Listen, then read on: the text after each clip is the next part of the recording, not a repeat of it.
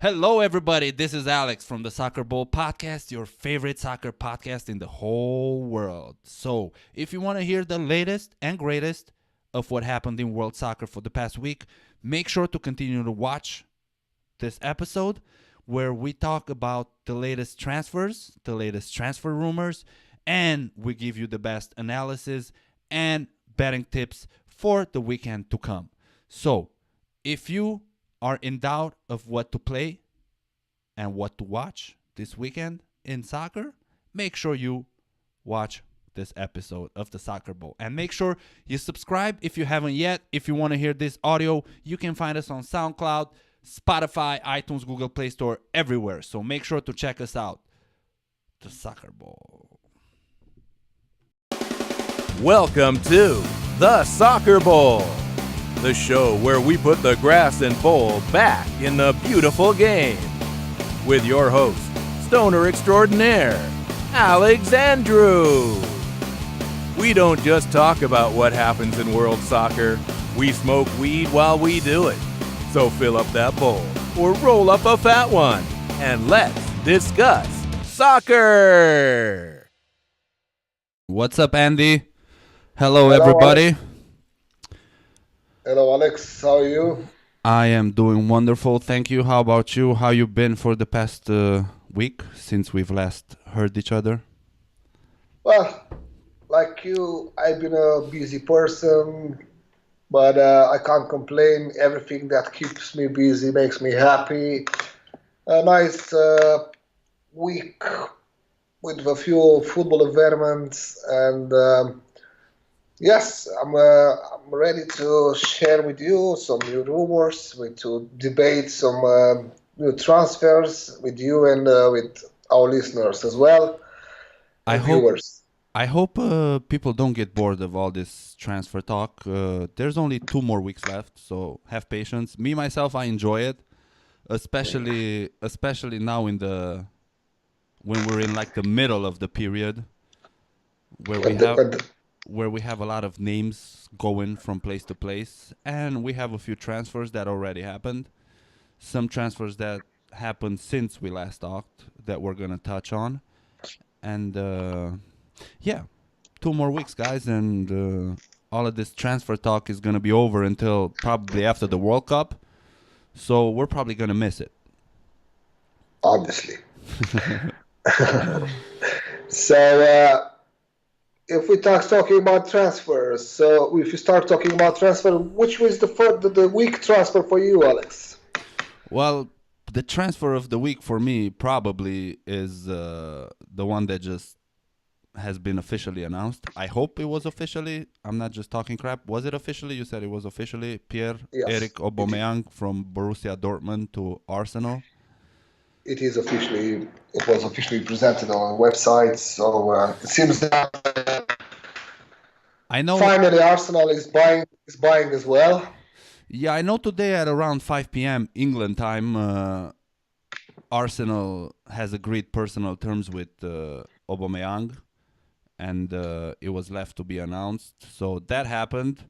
Very good transfer for Arsenal, who honestly I was thinking about. When I heard this, I was like, everybody wants to leave. Everybody's looking for other teams to play for. And I didn't see anybody wanting to come. I thought that Arsenal's gonna become like, I don't know, maybe West Ham level, something like that. With all these good players leaving. But apparently they managed to sign one of the best strikers in the world, my opinion. So that's awesome news for Wenger and for Arsenal supporters as well, considering the fact that Sanchez is for sure gone. We heard not only for Arsenal supporters, I think it's a great news for us, for the soccer lovers, because it will be sad to lose a player like Aubameyang going in a Chinese league. I mean, without being disrespectful for that league, you can't compare with Premier League, guys, and I think you agree with me. You heard what Tevez said after he left China. He played there for what, 9 months, maybe a year. But he was tricky. He was a smart guy. He took 40 millions, and he was the best paid player in the world for a while. But now he left, and he said that Chinese players, no offense, but they're not naturally gifted. So even in 70 years from now, they still won't be good enough.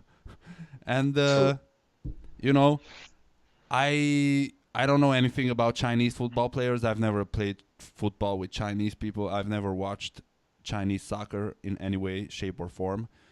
But since I haven't heard of any big Chinese players or teams, I am keen on believing Carlos Tevez, who played there. And even though this might have been just an excuse of his for not performing well over there, but when you're a good player and you don't have a team to support you, it's like you're playing alone, So I don't really see what he could have done to make things better. But yeah, it's good that Aubameyang stays in the big football. He's coming to play for one of the big teams in Europe and in England. I think Arsenal is a little bit bigger than Dortmund. And go ahead. It's more or less. I think Dortmund, they have more supporters than Arsenal. Oh yeah, it's a more loved club, Dortmund, but Arsenal, I think it's like as a name, as a household name for now, they're bigger than Dortmund as of right now, and especially considering the poor form that Dortmund is in, I think that's not a far-fetched statement that I just made. But let me tell you one thing. I was watching Arsenal's game against Bournemouth. Was it? Yeah, Bournemouth. Bournemouth, yes. So they had 1-0 and they lost 2-1.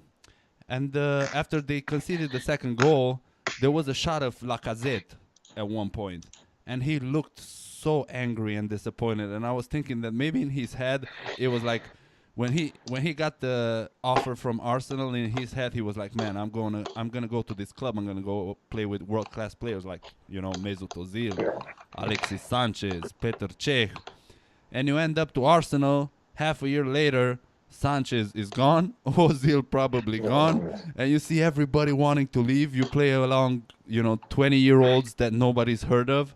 They're not that great, Nobody knows what's going on at that club. You're not scoring. So I felt kind of bad for Lacazette in a way.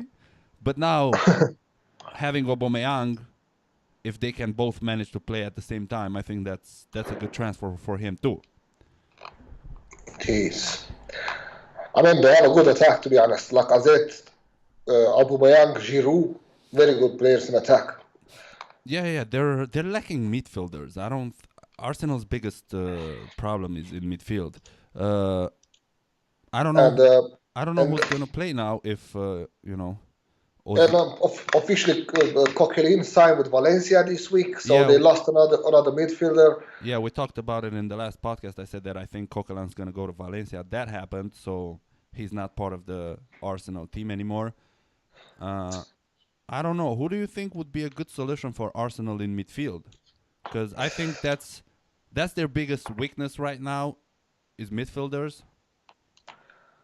True, and see, there is a lack of form from all of them. Who's gonna provide Aubameyang with the passes? Well, hopefully Wilshere, but he's injured most of the time. Well, there is Xhaka there who can help. It's Cazorla, and they have lots of young players. I mean, they didn't confirm, obviously, in the cup, but it's Elneny, Mohamed Elneny, which is a good player as well. Ayobi. Yeah, Elneny is more of a defensive midfielder. I'm thinking about somebody to create. Like, let's say you lose Ozil, so you don't have Ozil either. Who is there for Arsenal in midfield that can provide passes to Lacazette or Aubameyang so they can score? Because, it's kind of hard, even though if you have good strikers, if there's no one to provide them with balls. Each of the big teams has a Kevin De Bruyne, a Paul Pogba, a Hazard. Liverpool had Coutinho. Now they're gonna have maybe Oxlade-Chamberlain. So all of the Dele Alli for Tottenham. So all the big clubs in Premier League have a player that does that. Well, it seems that Arsene Wenger is having a problem now, a managing problem. Because look, you mentioned about Oxlade-Chamberlain. Did you see how he's playing now for Liverpool? And he was one of the worst players in the last season on Arsenal. He came at Liverpool and look what Klopp made with him. I've watched the post-game interview after Liverpool-Manchester City, which was a crazy game. We're going to talk about it in a little bit. And one of the players that gave an interview was Oxlade-Chamberlain, and he said that back at Arsenal, he wasn't used in the position that he likes playing the most. And he said that didn't work in his advantage at all. And he came here to a club where the manager believes in him and gave him the freedom to play in the position that he enjoys the most. And that turned him into, the new member of the Fab Four. So we said that Fab Four is no more, but the Fab Four now has Oxlade-Chamberlain in it. And even Klopp said after the game that he knew that Chamberlain was good when they bought him, but he didn't know he was this good. So even for Klopp, it's a surprise that the Ox is playing really good. Which we all know, if we follow soccer for a while, we all know that Chamberlain, when he was coming up as a kid, everybody knew he's going to be a future, very good player. He was, yeah. When Arsenal bought him from Southampton in 2012, I think it was, or 2011. Something like that, I think. Yeah, it was a little bit. Everyone saw him as a wonder kid. And he confirmed in the first seasons and for Arsenal that he's a great player. Then, I don't know, probably it was like he said, Arsene Wenger didn't play him where he likes to play, and he didn't play at all. It's only 24 years old, so it's still a good player and a young player. I think Liverpool did a great deal with. It's a true bargain for Liverpool. He looked awesome, especially for the past 2 or 3 games, and the game against Manchester City, which we have to agree it was one hell of a game. I couldn't watch it and to finish, like sit in front of the TV and watch it. I was at work and I had it on my phone, so I took pics at it. But man, all the time that I was watching, it was awesome, and the score, tells everything about it. We both said in the last podcast that this is gonna be a game that we're gonna see a lot of goals, and it can go 2 ways. Either Liverpool wins and causes a big upset, or they lose at a big difference. Well, we've been right in all the ways about this game, because in the end of the game, it confirms what we said, that Liverpool needs a goalkeeper. Oh, definitely. And because the game with Man City, Liverpool, the defensive was playing great. Even Matip was one of the best players. Yeah, and Van Dijk wasn't even starting. He was on the bench. No, was on the not even on the bench. Oh, he wasn't in the. No. Oh no. Yeah. You're right. He was in the stands. In the stands. So I don't know. I think Klopp did a great job. He's a really good coach, and he's making from nothing something special. Yeah, man. Liverpool was just a joy to watch, and even Manchester City, considering they were down, what was it, 4-1? At one point, yes. It was 4-1, coming back to score two more goals and make it 4-3. It was 4-3 in the end, right? I'm not mistaken. 4-3 yeah. It was. It was just a joy to watch, So Manchester City didn't have their best game, but we don't have to take anything away from Liverpool, who played awesome. And, we can blame it on Ederson's mistakes. Ederson. Salah scored the beauty of a goal, man. I love Salah so much right now. He's probably one of my favorite strikers in football right now. He looks like such a nice guy, man, and I don't know. He is. It's just a joy to watch him, He is indeed. And Mane was playing great as well. Yep, and he scored the beauty of a goal. All the players in attack for Liverpool scored in the game. The new Fab Four. That's what I was saying. The new Fab Four. Exactly. So we don't have to forget that Lallana is a great player as well, and is coming back from an injury. So Klopp can count on him anytime. Liverpool is covered. I heard that Keita from Red Bull Salzburg, who they bought for 50 million, might join them in this month if Liverpool agrees to pay 13 extra million for him. Because they bought him, but Red Bull put the condition that he has to stay this year because they had Champions League games and whatnot. But if they really need him, if they pay 13 extra million, they can have him in this winter. And if you bring Keita too, and you have Lallana coming back from injury, Oxlade-Chamberlain playing so good, I think Liverpool is good. And if you ask me, I think they still need a full-back defender. Oh, definitely. Fullbacks and goalkeeper. A goalkeeper. That's why in the news and everywhere here it says that all the management and the Klopp is more focused in bringing a goalkeeper down than anything else. I just read today that Simon Mignolet, who's the goalkeeper of Liverpool, is very unhappy with the fact that Jurgen Klopp rotates. Yes, and he blames that on he blames his form. He blames his form on that because he can't get enough minutes. But come on, man, it's as me. No. I'm not a Liverpool fan per se, but I enjoy watching Liverpool, and every single time he has to do something, man. He's you can blame him for something, you know, and.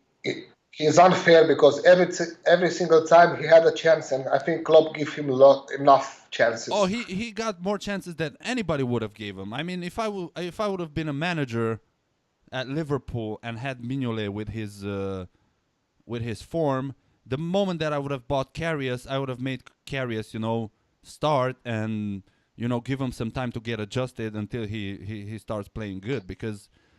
Man, yeah, but you see, so many times Mignolet screwed up. Even Karius is not far away from Mignolet, seriously. Well, not, but when you have two beds, I mean, you have to choose the smallest one. But like we were saying about Arsenal, that they don't have a pole of support in midfield like all the other clubs. Liverpool has the same situation with the goalkeepers because. Just look at Manchester have De Gea. City have Ederson, who everybody said he's the missing piece of the puzzle. Now everything is complete. We have a great goalkeeper. He's good. Ederson has been really impressive this season. He is really good. Arsenal have Petr Cech. Who else? Chelsea have Thibaut Courtois. Tottenham have Hugo Lloris. So even Leicester have Schmeichel. So even Everton they have. Even Everton have Pickford. So most clubs that have any desire, not desire, but any chances of playing European football and fighting at the top of the Premier League, they have good goalkeepers. Liverpool being the exception. And I was trying to think of somebody who we might be able to see as a goalkeeper for Liverpool. And you said in the last podcast that it might be Oblak, you said? So... in the pole position, there are two players, which is either Oblak or Oblak from Atletico Madrid. For those of you who don't know. Yes, Oblak from Atletico Madrid, or what's the name? Is Alisson from AC Roma. Alisson? Yes. What nationality is this? I've never heard of him. It's Brazilian. Is he good? It's really good, to be honest with you. It's a very good goalkeeper. Is he the starting goalkeeper of AC Roma? He is, yes. He was playing all the games so far this season. How long has he been with Arsenal? Because I honestly never heard of him. Not Arsenal, Roma, with AC Roma, I wanted to say. Yeah, I apologize. Well, he joined AC Roma in 2016, before the season starts. Oh, after Szczęsny left. Yes, and they bought him from Internacional from Brazil. Okay. He's 25 years old and 193. So I think he's a good player, if you ask me. Well, I guess we have 2 more weeks to see how that gets solved. There's a few more things I want to talk to you about since we're Just looking how much is valued. Alisson is at 14 million 40. with this market. If he's starting in AS Roma lineup, it's probably going to be 40 million at least, especially if they know Liverpool got a shitload of money for Coutinho. How about Chelsea? 4 draws in the last 4 games. What do you think is happening at Chelsea? What is your stance on? Well, Chelsea is Chelsea. They always play crap football. Sorry to say that. I mean, not a crap. They play a different style of football. Is a defensive football. If you look, they had 4 draws, 2 with Arsenal, 1 with Leicester. The only one who surprised me was with Norwich. Beside that was 2 draws with 2 tough teams. I mean, Arsenal is still one of the best teams in the Premier League. Have you seen the game against Arsenal, the last one? No, the last one was against Leicester. No, the last game against Arsenal. No, I haven't seen the game. I was watching only the. It was such a bad game, man. I watched it and I was like, Jesus Christ, this is so boring. I really had hopes, and I thought we're gonna have a good display for, considering the things going on at Arsenal. You would expect Chelsea, who things seem to be calm at Chelsea, even though they're not having the best results. But, you don't hear of unhappy players. You don't hear of managers having problems with the fans and stuff like that, So everything is set for performance. They're still the champions of England.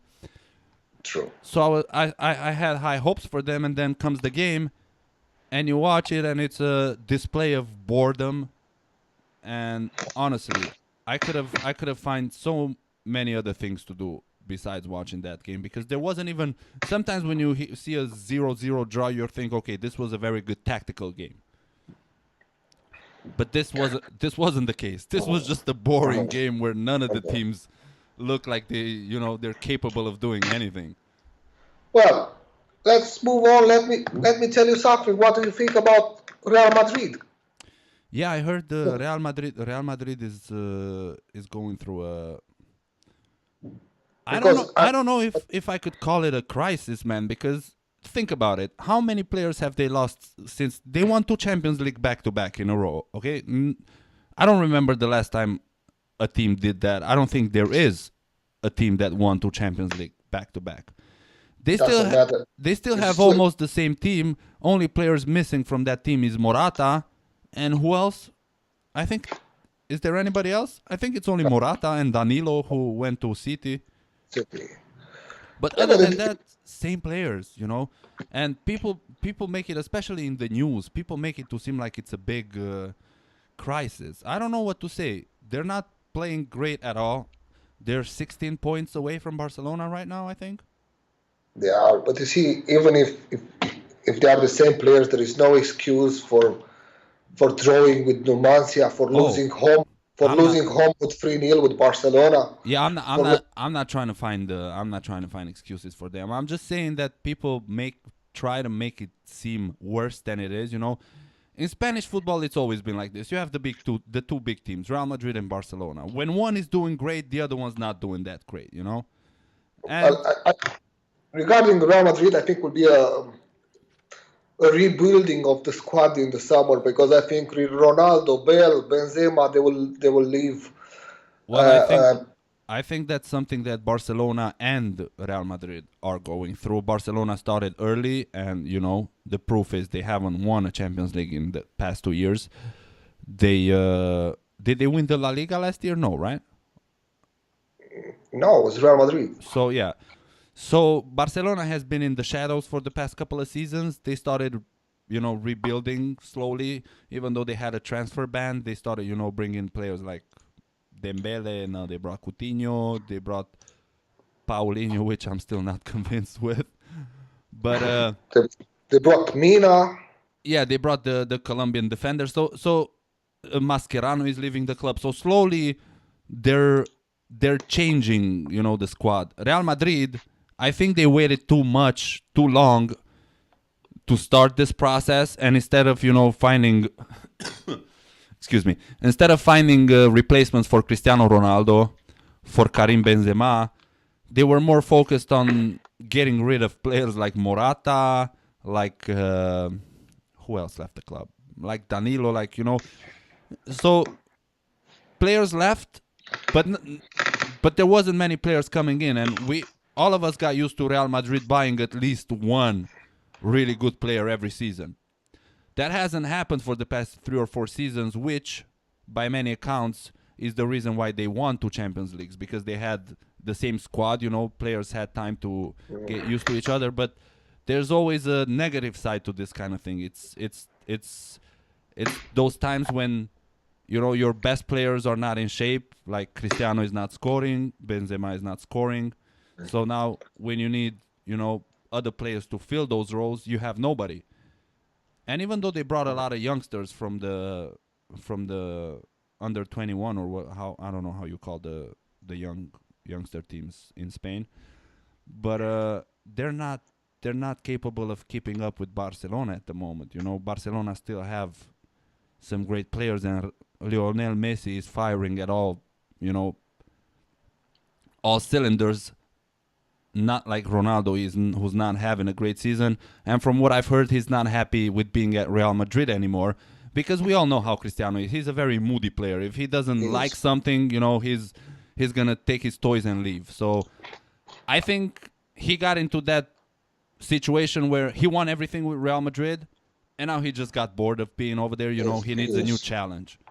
Totally agree. Yes, I think it's true. I was just opening a flashlight to the latest news about Liverpool, and seems that Liverpool is interested in signing Malcolm from Bordeaux as well, and Mignolet is in the radar for Napoli. Why does Napoli want a bad goalkeeper? I don't know, man. Well, if we're still talking some transfers, I think let's just get over with this. Let's just talk about. Put in the names that. I don't know what everybody wants Malcolm for. Is he that good? I bet on Bordeaux today, and they disappointed very bad. They lost 2-0 with Malcolm in the team. So I don't know, why is everybody keen on getting Malcolm? Alex, you just said a few minutes before, when we've been talking about Tevez, a good player can make a team win. You need more than one player to make the team work. Is he such a good player? He's a good player. He's young. He's very young, and there's a lot of potential. All the coaches, they saw potential on him. So it was the same situation with Lucas Moura 5 years ago, when PSG bought him from Brazil, and Manchester United wanted to pay big money for him, but he chose PSG, and now they're trying to get rid of him, and I don't know. I don't know what to say, man, with players. I don't know. Speaking about your game, why would you bet on Bordeaux when they lost 3 games in the last 4 games? Because I picked all 3 games from France today, and I put 1 on all of them, like the home team is gonna win. So I didn't analyze or think about it. I just bet on them, and I have to honestly say that one of the reasons why I bet on Bordeaux is because of Malcolm, who I'm not convinced of, and now I'm less convinced of. Okay, moving on. I heard Walcott is set for an Everton medical. You know anything about that? I don't know anything, just rumors so far. Well, if it's set for a medical, that means it's more than a rumor. As an Everton fan, I'll be more than happy for Walcott to join the team. Everton needs a player like him, so I really hope will be like you said. But I didn't heard anything so far about this. I just heard they are interested in Walcott, but and was another team. I think it was Swansea or Southampton, something like that. Interested about interesting in signing Walcott, but obviously it's better to choose I mean, they're pretty much same. Southampton, Everton, they're both there.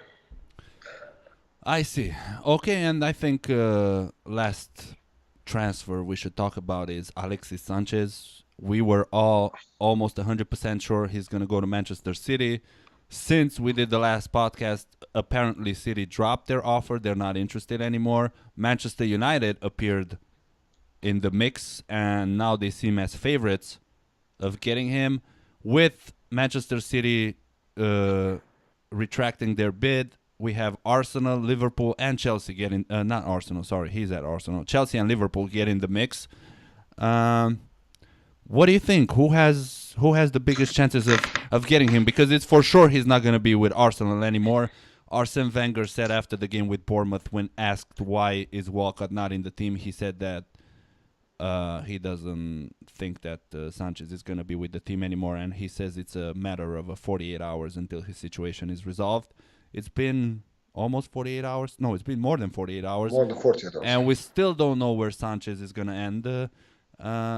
Reportedly, it all depends on Mkhitaryan if he's going to go to Manchester United or not, because Manchester United proposed the swap between the Armenian midfielder and the Chilean forward. What's your opinion on this Sanchez saga? It's been going on since... I think the biggest chance they have Man United to get him, because they can afford to pay him the biggest wages from these three clubs. I mean, even Chelsea they can afford, but they don't want to pay crazy wages. I heard he had some crazy requests, like money-wise. Yes, he wants to be the best paid player in the Premier League. Which I think it's nuts. No offense, Alexis, you're a good player, but come on, man. There's likes of Hazard and Pogba and, Ozil and you name it, players who are really, really, really, really, really good, and they're not 29. Yeah, but you see, probably he saw the crazy transfer of Van Dijk to Liverpool, which put Van Dijk in one of the best paid player in the Premier League. Yeah, that's crazy, man. You pay so much money and you make him wanna, because it's usually if you pay a lot of money for him, then his salary is smaller, because you have to try and save some money after you paid such a big fee for him. But in Sanchez's case, I see why he can ask for a lot of money, because considering today's prices, paying 30 million for him, that would be a bargain. It is indeed a bargain, and I think this delay is only for him to get more money for all these three clubs fighting for him. So the one who's paying more for his salary is the club who will join. You think this attitude is gonna help him at his future club? You think fans have? Well, it's not about his attitude. It's about what football and soccer became in these days. You see what marketing made from football, and all those guys, the manager of the football players. Oh, you've been saying, you see. Yeah, they're personal manager. Let's just tell people about, like, Ross Barkley. We told you guys moved from Everton to Chelsea for 15 million, and everybody found out after the transfer was done that Barkley's agent got 7 million out of this mix. So he got almost half of the transfer fee, in his pockets as an agent. While Everton, my opinion, was robbed. I think 15 million, it's just pitiful. Even if there's no way of agreeing with that player on, staying, or come on, 15 million is just you buy championship players for 15 million, not English internationals. And just to tell you a short news, and you guys as well, Liverpool mayor is a Everton fan. Yeah, I heard that, and he's pretty pissed off at it. And he hired lawyers to investigate this case of Barkley moving to Chelsea, because he said in the local newspaper that he's a fraud. He thinks he's a fraud, and he wants to make sure that everything was legal. Well, I think the way agents are doing the transfers nowadays is not really helpful for the future of football, because when does it stop, man? How much, for how much money does this go? I just heard that Real Madrid are thinking about paying 400 million for Neymar. If you would have told me that last year, I would have said, come on, man, that's crazy. But now, after, in just 1 year, the price of the most expensive player doubled. 1 year. It took us 120 years to get to 100 million, and then 1 year to go from 100 to 220 million. So where does it stop? And I think most of it is because of the agents, because I don't think players are that crazy negotiators, when they go and they talk to a club and they, okay, man, pay me this much and you're going to have to pay my club 400 million to get me. I think it's just crazy. And I think it's a good thing that they're going to investigate, because, if it's going to come up as being a fraud, then somebody's going to step in and be more careful on how things are being done, because there's teams who cannot afford to keep up, and that's bad for soccer. Money shouldn't be the only factor that's decisive, that kills the smaller teams, because there's a few big teams who have all the money in the world, and then there's other teams who depend on everything, and when you take a player like Barkley from Everton, who is a rich club but is not crazy rich, they cannot afford to pay 100 million for a player. No. So when you take one of their main players, a player that could have brought in a lot of cash, when you take him for 15 million, the price of a championship player in 2018, it's bad. It's bad for Everton, and it's bad for it sets a precedent where other teams might try to do the same thing with, and this way small teams who don't have the spending power of big teams will just get robbed. Yeah. That's my opinion on it, at least.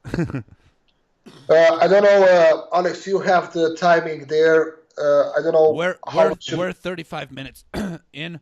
Do you think we should move on to the most important games on the next week, and then the games we should bet on the weekend, or do you think we should talk about transfer? No, I think we're done with the transfers. One more thing I want to ask you, I want to hear your opinion on is, I don't know, but I mean, I know that you saw that in the Carabao Cup games they implemented a new technology, the VRA. Yes. Which lets referees stop the game to analyze decisions like penalties and handballs and everything that might make a big difference in the game. Sure. What's your opinion on that? Do you think it's something good, or? Well, I think if they don't use that too much, if they don't take advantage of this technology, I think it's a great idea, because sometimes we have some crazy attack phases on the limit, and you don't know if it was a penalty kick or. And I told you, I've been live on the stadium on Benfica when I saw that for the first time in my life, and was a tough decision because the player scored with a hand, and the referee couldn't see that. But because of this technology, he stopped the game for 30 seconds or a minute. It's a minute, because I think it takes 45 seconds. Yes, probably a minute. But he made a mistake, he took the face back, and everyone was happy. I mean, no one complained. But do you think they should keep it the way it is now? Like now, the way it is set up now, it's unlimited reviews, Like if let's say there's 10 situations in the game that might be, Yeah, but you see, or do you think it should be like American football, that each coach gets like 2 or 3 reviews per game? No, I think it's good like that, like it's now, because you see, it's not like in American football, because you as a referee, if you take advantage of this technology and you have to stop the game 5 times to look at the cameras, the person who observes you will give you a very, very bad degree, because that means you are a weak referee. I mean, it happens to have a difficult phase. It happens to go and ask to watch once, twice, let's say maximum 3 times in a game, maximum. But I don't think you will see more than that in a game. So I don't think as a referee it would be so crazy to ask to stop the game so many times. You see. So you think it's a good thing? I think it's a great thing. I think it's something that's gonna be at least as important as the goal line technology, which at first everybody was like, we don't need this. Why put so many? But it just eliminates the chance of any corruption. Because we tend to say when a referee does a mistake, we tend to say like, oh, it's just human mistake. It's just a human thing. But leaving this door open for human mistakes, a lot of things can be just human mistakes. This way, there's 90% chance of avoiding that. I agree. I think for the future, it's gonna be awesome, and there's gonna be a time when we're gonna look back at 2018, 2017, when we were not using this and say, man, how crazy were we? Considering the technology that we have nowadays, it's so advanced. It's crazy to think that soccer hasn't implemented more, and that just leaves you with the thought that maybe some big people have interest for the technology not to be a part of the game yet. And now, it just comes to the time when they have to, Which is a great thing. I subscribe to what you said. I think it's an excellent thing. And I think the rumors about fixed games will disappear easily with this technology. Oh, for sure. Yeah, that's probably its biggest future use. Not people won't be able to be like, oh, this game was fixed, because when you're gonna have. I mean, no, it still can happen. I mean, if someone fixed the game with the goalkeeper, you can have all the technology if it's. Oh yeah, that's true. But they won't be able to blame like the referee for saying like, oh, that there wasn't a penalty, or let's say it's a Champions League final and it's a very close game and there's a handball that you're not very sure of. You give the team a penalty, they score, they win the Champions League. This way you look at the review and you see it's not a handball. You let the game go on, and the outcome might be a totally different one. So I think this is an awesome thing, and I salute the FA and all the other federations who implemented this. We will be interested to hear your opinion as well, guys. If you want to leave us a comment. Please leave a comment in the section below, and let us know what you think of VRA. If you think it's a good thing for soccer, or you think we should leave it the way it is because human mistakes are part of the game. Okay, yes. Let's go to the games we're going to have this weekend. Not a lot of really, really attractive games like we were used to so far. This is a weekend where we have less. I disagree. We have lots of good games this weekend. Well, let's start with a game from Premier League, because we've been talking about Premier League a lot. Okay. Arsenal, Crystal Palace. Just a few words. I'm not gonna keep it boring you. Both teams, they are in a big need of points. Arsenal, they lost the last games and they draw. They didn't win a game in the last 4, I think. Yeah, and they're 8 points outside of the first 4, which is bad for them. Crystal Palace, with the new coach, they start playing pretty good football. They are both it's like a London derby, and I think will be a good game. And definitely not going to be a 0-0. Well, yep. I have this as a both team score in my Then, if you want to move on to a different game, I'm just going to go fast to Yeah. That's fine. Our Atalanta Napoli from Italy, guys. It's a very nice game. Just if you look back, like a week, 2 weeks ago, Atalanta beat Napoli at home. Atalanta is. I know. I fancy Atalanta, like Alex said. That I'm not a fan of Atalanta. I just like the style and how they play this season. It's a very strong team, and if you ask me, they will definitely gonna finish in the top 5, top 6. Sorry. Well, they're the same number of points with Sampdoria, who sits on 6 right now with 30 points.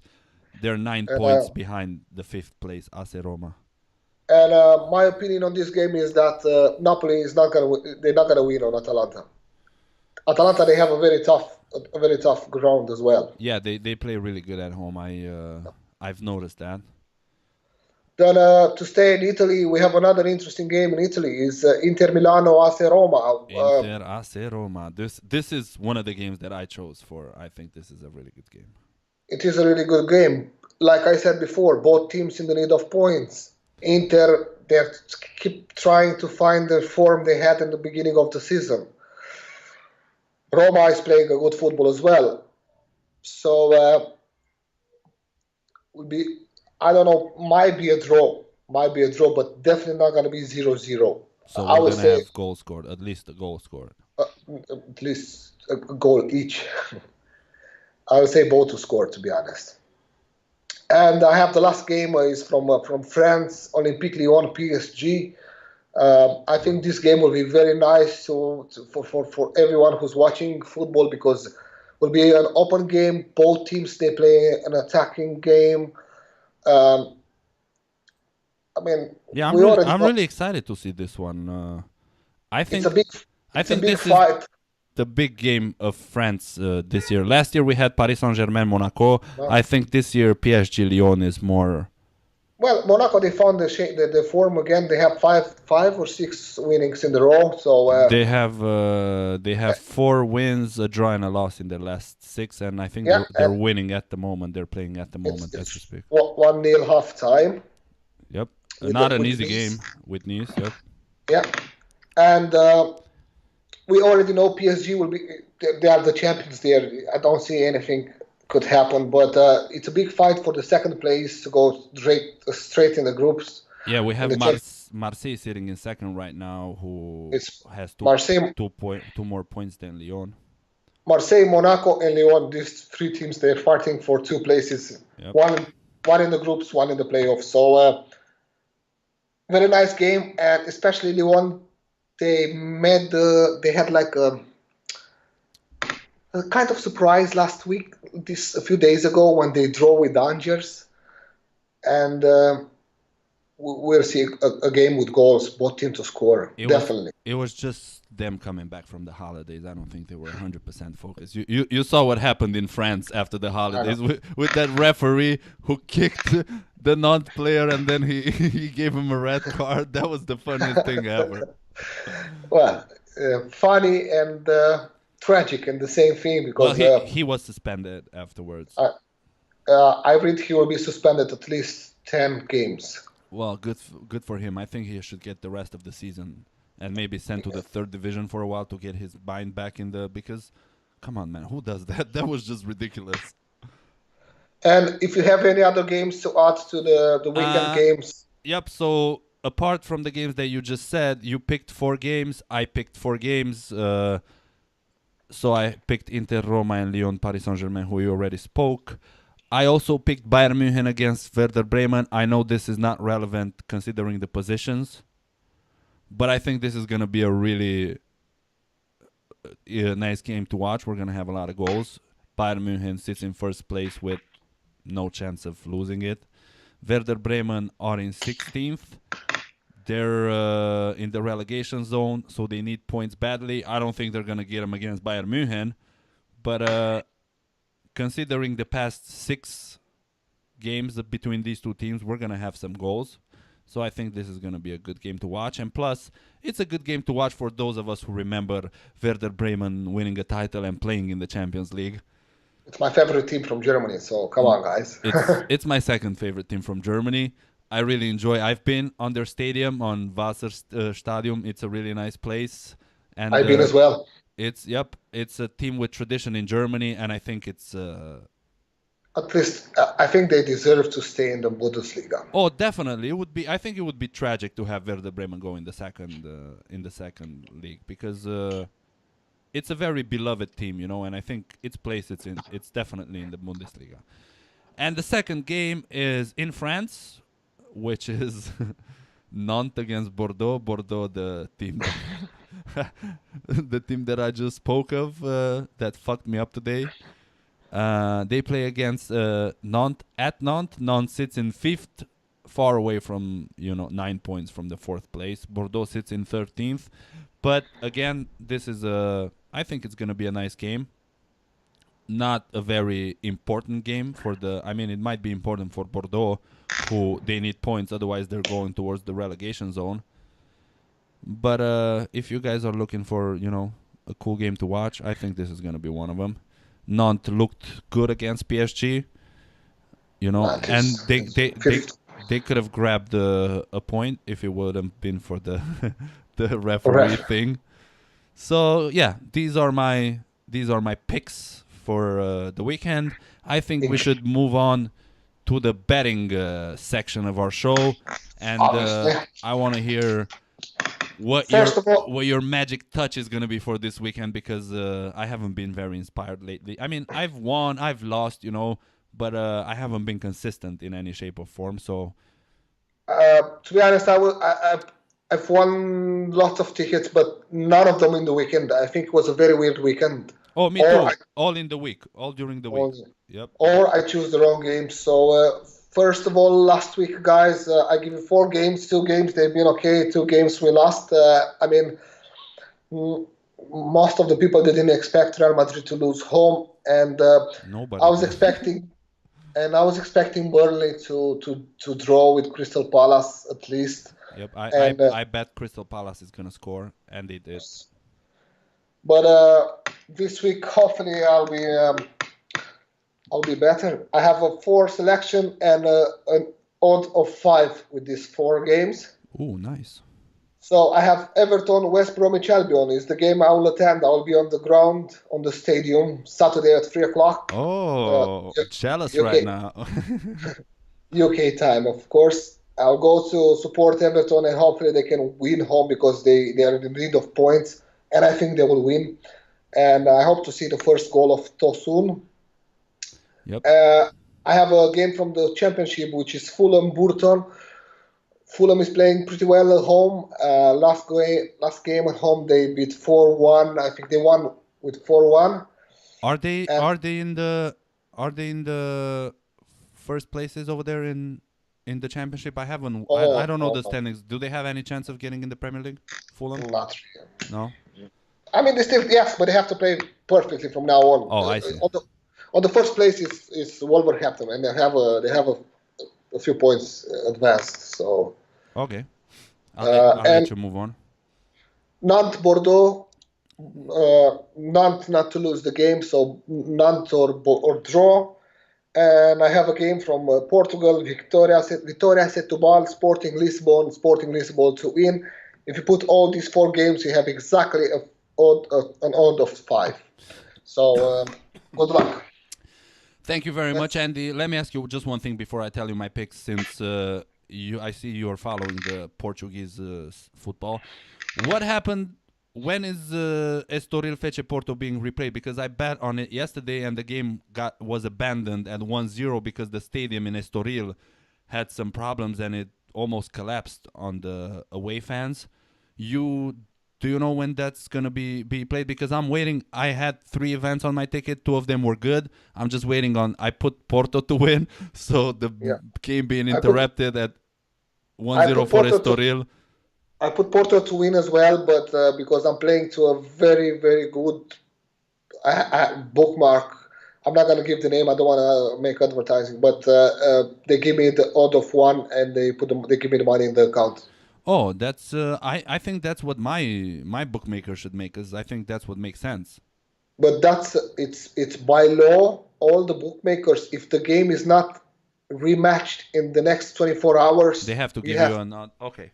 Another 1. Okay, so that means I have to check my account. Maybe they gave me the money, because I got the first 2 events and I was just waiting on. So that was the last game. So in a way or another, I was happy because it was 1-0 for Estoril. I don't know when the game will be rematch. I mean, restart, because Estoril Stadium, they need an improvement from the Football Federation of Portugal. That it's safe enough to host. That it's safe enough to host, or they have to play the second half on a different ground. So it's definitely not going to be tonight, and I don't think it's going to be in the next days. We'll see. Depends on the Portugal Football Federation. Okay, so that's clear. I'm gonna go check my bookmaker. Maybe they gave me the money. I don't know. I haven't checked it, but let me tell you my picks for the.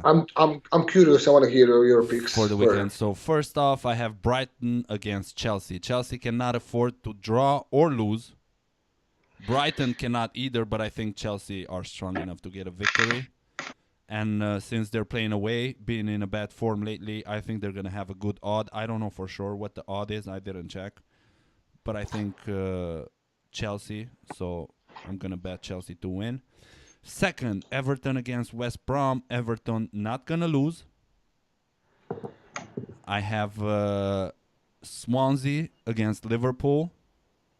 Over 1.5. Monaco against Metz. I have a lot of games, but Monaco against Metz 1 because they're all smaller odds. So I have Schalke against Hanover. Schalke to win. And what else? Betis against Barcelona over 2.5. Very good picks. These are my picks for the weekend. I don't remember all the games that I gave last week. Just to tell the people before you said that, we don't have one of these games we give you now for the weekend, guys.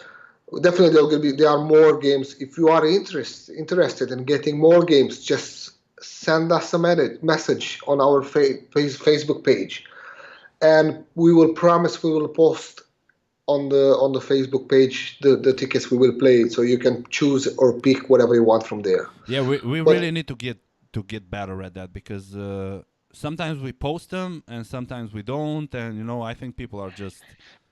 Consistency is the key, so we need to get better at that. Try and post, what we're playing.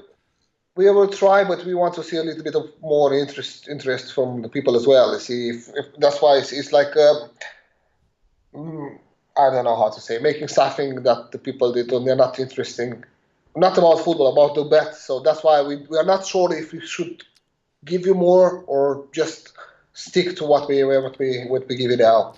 So just guys, let us know. So guys, please, we need your input. You want more betting? You want more betting tips? You want us to focus more on this? Just give us your thought. Some comments in the section below. I see everybody on YouTube doing this, so I'm gonna do it too. And if you enjoy what we do, please share it on your social media so we can get to more people. Find us on YouTube. Find us on SoundCloud. Find us on iTunes, Stitcher. Find us everywhere. Apple Store, Google Store, Spotify. Instagram. Starting today, we're live on Spotify for all you Spotify users. Just put in the Soccer Bowl, and I think this is one thing that we have to let you know. We're in the process of thinking of rebranding the whole podcast because this started off as an idea. It morphed into something else, which is not representative of what we're the talking name of the podcast and the logo and everything. So that's something we're going to work on in the following period. We don't know the name yet. We don't know how the logo is going to look yet. We don't know any of that yet, but we're working on it. We're thinking on it. It's still going to be in the same places that you're used to. It's just going to be under a different name probably, and a little bit the structure is going to be changed because this is a project in the making. We're learning as we go, and we're trying to make it as appealing and as enjoyable for you as possible, because other than making it for us, we're also making it for you. And if you like it, we're happy with that, and it's our pleasure to provide the best product that we can. So that's all I have to say. Andy, you want to add anything else before we go? Thank you again for being with us, guys. Thank you again for this wonderful time spending with me, Alex. I had a very good time spending with you today, and all the best from Liverpool. I will try to bring some videos from the game if it will be an interesting game, because I will go to like I told you, to watch the game. And So make sure you keep an eye on our Instagram, the Soccer Bowl 17, because we're gonna have Andy maybe post some stories from the stadium, just so you guys can see how it is to be in Liverpool on the Everton on Goodison Park. Goodison Park on the Everton home field in their game against West Bromwich Albion, a very important game in the next round of the Premier League.